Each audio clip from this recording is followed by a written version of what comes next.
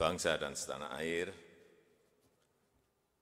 saya terus mengikuti perkembangan situasi terkait dengan COVID-19 dari waktu ke waktu dan terus memberikan perintah-perintah yang terukur agar kita bisa menghambat penyebaran virus COVID-19 dan tidak memperburuk dampak ekonomi yang bisa mempersulit kehidupan masyarakat. Oleh karena itu, semua kebijakan, baik kebijakan pemerintah pusat maupun kebijakan pemerintah daerah,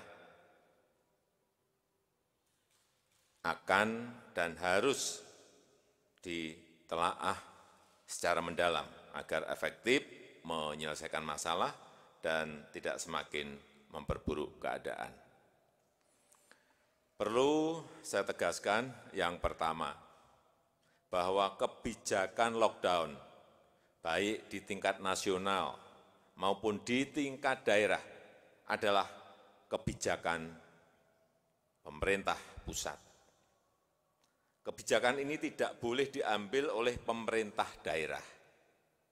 Dan sampai saat ini tidak ada kita berpikiran ke arah kebijakan lockdown.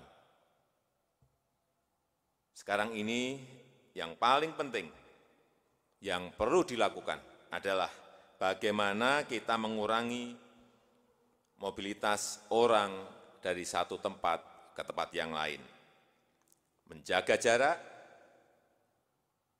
dan mengurangi kerumunan orang yang membawa risiko lebih besar pada penyebaran COVID-19.